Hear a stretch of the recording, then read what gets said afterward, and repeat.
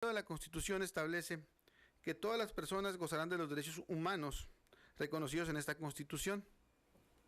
Asimismo, en su fracción tercera, dice que todas las autoridades en el ámbito de sus competencias tienen la obligación de promover, respetar, proteger y garantizar los derechos humanos de conformidad con los principios de universalidad, interdependencia, indivisibilidad y progresividad.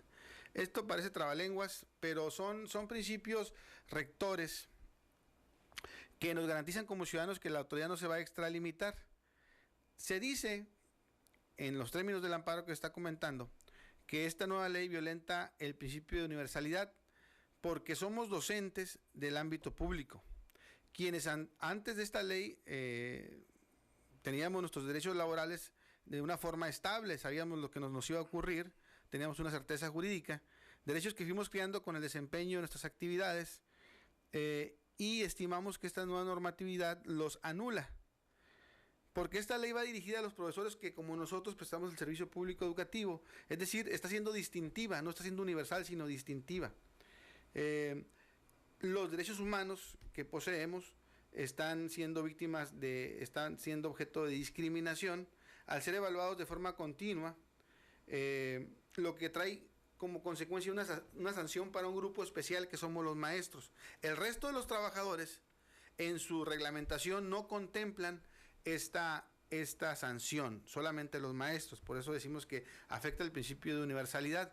También afecta el principio de interdependencia porque pone en riesgo nuestros derechos laborales al no reconocerlos como derechos humanos en conjunto. También decimos que violenta el principio de indivisibilidad porque nuestros derechos humanos son absolutos, en el entendido de que nuestro derecho a la estabilidad laboral es única y no se le deben poner condicionantes de ningún tipo, que traiga como consecuencia una sanción que ponga en riesgo el trabajo digno, tal como lo prevé la fracción novena del 123, es decir, la estabilidad en el empleo. También decimos que violenta el principio de progresividad, que deben de cuidar las autoridades de no violentar, porque es una ley retrógrada sobre nuestros derechos laborales, al contemplar sanciones cuya finalidad es separarnos de nuestra actividad primordial, que es la docencia. También el principio de inalienabilidad, porque nuestra estabilidad puede ser vulnerada. Si ustedes se dan cuenta, todo el razonamiento expuesto parte de la idea de la estabilidad, la idea del derecho adquirido, la idea de que yo tengo certeza de cuál es la reglamentación laboral que me va a regular. En el programa anterior hablábamos de que el tema de la evaluación no está definido, porque los indicadores, los referentes, los parámetros, es decir, el qué y el cómo, ¿verdad?, de lo que se me va a evaluar, yo como trabajador no lo conozco y no estoy en posibilidad de conocer el detalle de ese proceso de evaluación. Entonces, ¿cómo prepararme o cómo participar con mi opinión? Esa es la parte que estamos buscando a nivel estatal como 7BC para que el legislativo local le dé entrada a nuestra iniciativa ciudadana y se establezcan esas mesas de trabajo donde se pondere la opinión del trabajador de la educación a fin de evitar estas violaciones a nuestros derechos. Decía Isaac hace un momento, a mí me llamó la atención, que hay trabajadores que abusan de esas garantías y que evaden su obligación de hacer un buen trabajo frente a los niños, aprovechándose de una posición laboral privilegiada. Y te comentaba, bueno, yo creo que eso fue lo que apreció la autoridad al momento de hacer la reforma, buscando combatir esa parte, ¿no?, que pudiéramos llamar viciosa del sistema laboral de los trabajadores de la educación. Pero en el camino se llevan muchas garantías. Entonces, ¿cómo encontrar ese punto de equilibrio, Isaac? ¿Cómo encontrar ese punto de equilibrio? Pues es importante la participación. Todo trabajo que realizamos siempre nos sale de una manera y al paso del tiempo, con la experiencia, vamos corrigiendo en el camino. Considero yo que la autoridad debe de revisar, después de esta participación del sindicato, de este cúmulo de protestas que se están levantando y que la misma sociedad posiblemente se esté contagiando, pues deben de hacer una revisión. En cuanto al aspecto de la violación de las garantías, la verdad yo me siento un poco ignorante en ese aspecto hasta ahorita que lo estás haciendo, pero sí es importante que el mismo maestro sepa por qué protesta, pero también que participe en la propuesta para que se pueda hacer el correctivo. todas estas violaciones a las reglamentaciones, pues yo creo que no es definitivo, ninguna ley es definitiva y tendrían que ser, la autoridad debería de contemplar, o no sé si ya lo esté haciendo, en la modificación o la matización o el sistema ya al llevar a la práctica el ejercicio de esta legislación, porque pues tomando el principio de gobernabilidad, las autoridades siempre deben de buscar o de evitar la violación a los derechos humanos, los derechos que ya están plasmados con anterioridad. No sé si esta ley la sacaron al vapor, pero sí es necesario una consulta con los actores y precisamente con los que son expertos en el derecho para poder hacer las modificaciones o las adecuaciones de la misma ley. Sí, es necesario una acción para corregir. Así es. Pero hay que ver cuál es el verdadero remedio, ¿no? Porque no es lo mismo clavar un clavo con un martillito que clavarlo con un mazo. Entonces, qué buena analogía.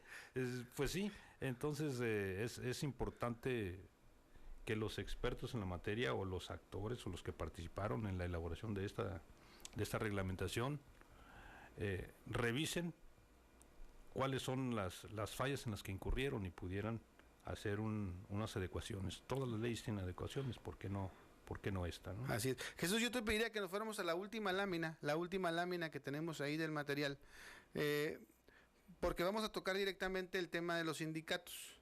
En esta lámina, hablamos de que esta ley, en su artículo 78 y en su segundo transitorio, es violatoria de nuestro derecho fundamental, tanto en lo individual como en nuestro derecho de libre asociación colectiva como sindicato, en los artículos, violenta garantías contenidas en los artículos primero, quinto, 13 y 123.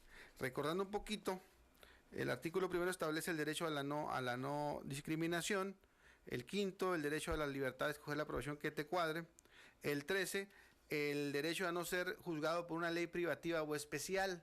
En este caso, la Ley General de Servicio Profesional Docente va con dedicatoria al sector educativo y nos remite a un tribunal administrativo donde la autoridad es juez y parte. Esa es una ley privativa o especial y, como lo establece este artículo 13, está prohibida por la Constitución. Y bueno, las otras garantías ya las estuvimos analizando.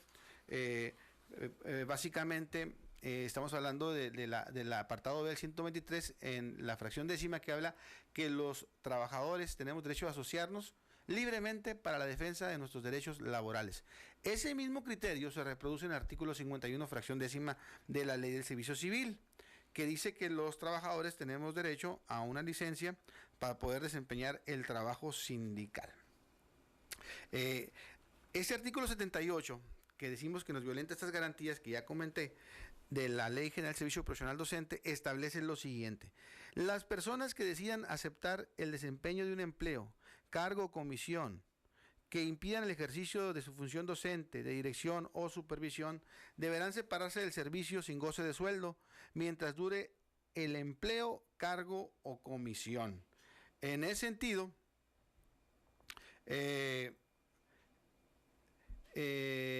surgen una serie de preguntas. Por ejemplo, si la autoridad no me va a pagar mi salario, ahora me lo va a pagar el sindicato como funcionario sindical, ¿eso quiere decir que ahora el sindicato va a ser mi patrón? Luego también, si la autoridad no me va a pagar mi salario, ¿quién me va a retener los impuestos? El impuesto sobre la renta, el impuesto sobre el producto del trabajo, ¿quién me lo va a retener? ¿El sindicato? ¿Los va a trasladar a Hacienda? ¿Van a quedar en en suspensos mis derechos laborales? Si no me van a pagar mi salario, que es de donde se descuenta la cuota sindical, entonces yo ya no le voy a aportar a mi organización porque no voy a percibir salario. Y si dejo de aportar la cuota sindical, entonces voy a dejar de pertenecer al sindicato. Es decir, hay una serie de cosas que no están claras.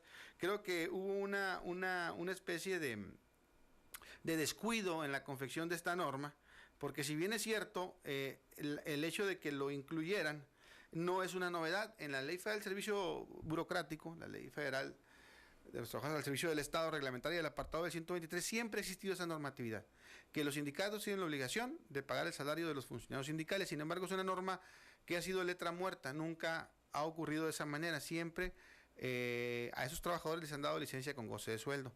En el caso de los que laboramos en la SEPS, ahí es diferente la cosa. Ahí tenemos que el artículo 51, fracción décima, habla de que tenemos derecho a una licencia con goce de sueldo para el trabajo sindical.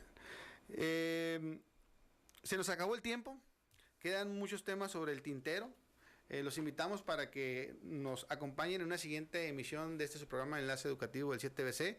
A fin de concluir el tema que hoy hemos abierto, como se dan cuenta, son muchas las garantías laborales que están en juego, que están involucradas, muchas las apreciaciones que podemos hacer, también del lado de la autoridad en cuanto al móvil que siguió en esta reforma, como lo apuntaba el maestro Isaac. Isaac, una última reflexión.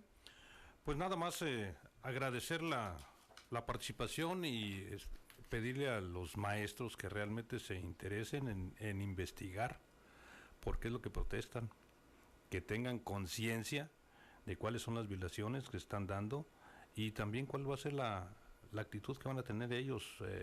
Un nuevo rol del maestro, un nuevo rol del sindicato es muy importante para mejorar la sociedad. Recuerden que el compromiso del maestro es muy importante. El progreso de la sociedad radica en la educación. Maestros, adelante. Gracias, Isaac. Amigos, esto es Enlace Educativo del 7BC. Los esperamos y hasta la próxima por una educación liberadora del pueblo 7BC.